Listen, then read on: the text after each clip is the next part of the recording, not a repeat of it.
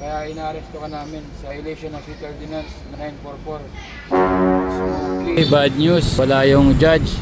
Kaya magpapiyansa to. Kuha kami ng certificate for bail.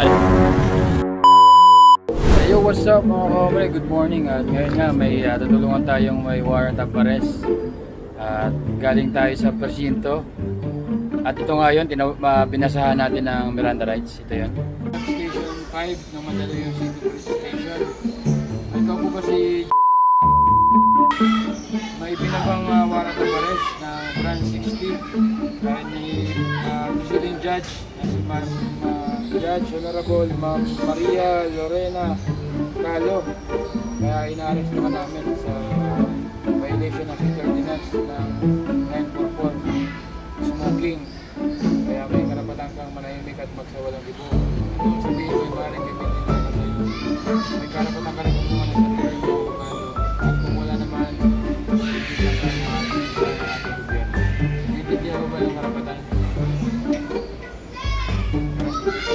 At pagkatapos mabasahan ng Miranda rights, dito na kami ngayon sa MCMC sa Mandaluyong City Hospital para medical naman. Tago na lang natin sa followers natin yung sinutulungan natin para sa privacy na rin. Tara, pupasok tayo sa MCMC para medical. Ito na yung mga papeles. Let's go, let's go.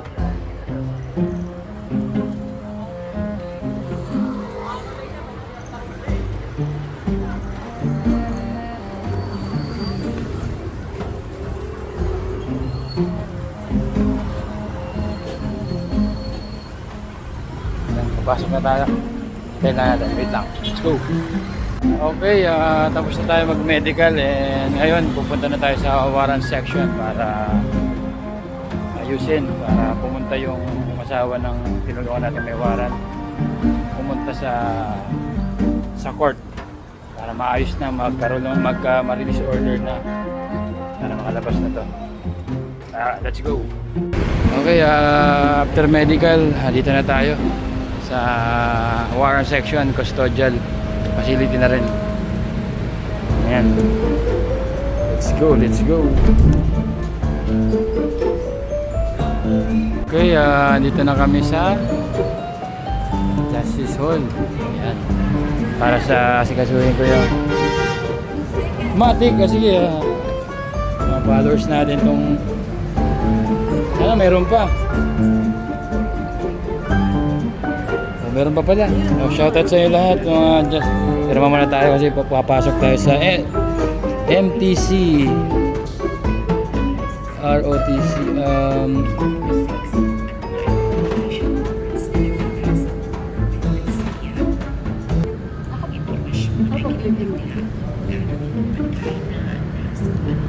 Ayan, shoutout sa inyo ma'am. Ayan, may tigas na security guard natin dito. Ayan, sa Justice Hall, kaya bawal pumasok na hindi naka-chinela ay nakasapatos. Ayan, yung asawa na tutulungan natin nakasapatos.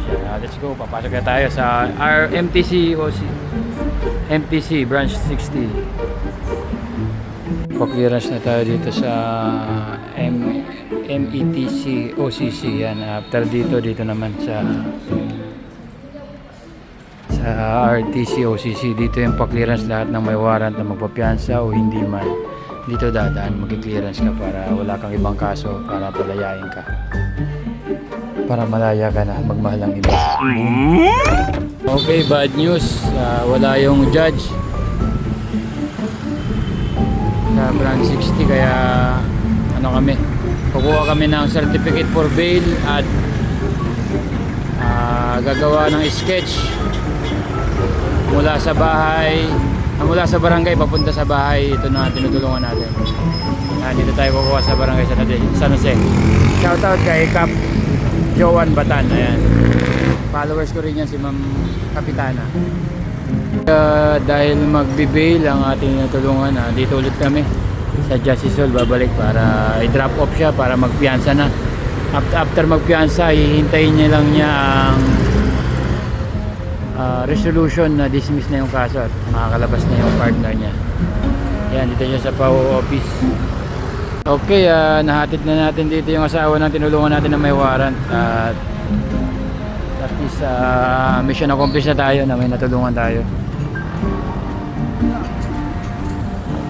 Ayan. Yun lamang po at maraming salamat. At sa susunod, bayaran natin ang mga ticket natin para hindi tayo magkaroon ng warrant. Laging sumunod at ingat lagi, and sa mga may magpapa-verify na may natikitan kayo o hindi nabayaran ng ticket, chat nyo ako para ma-verify natin kung may warrant. Okay, ingat kayo lagi and God bless.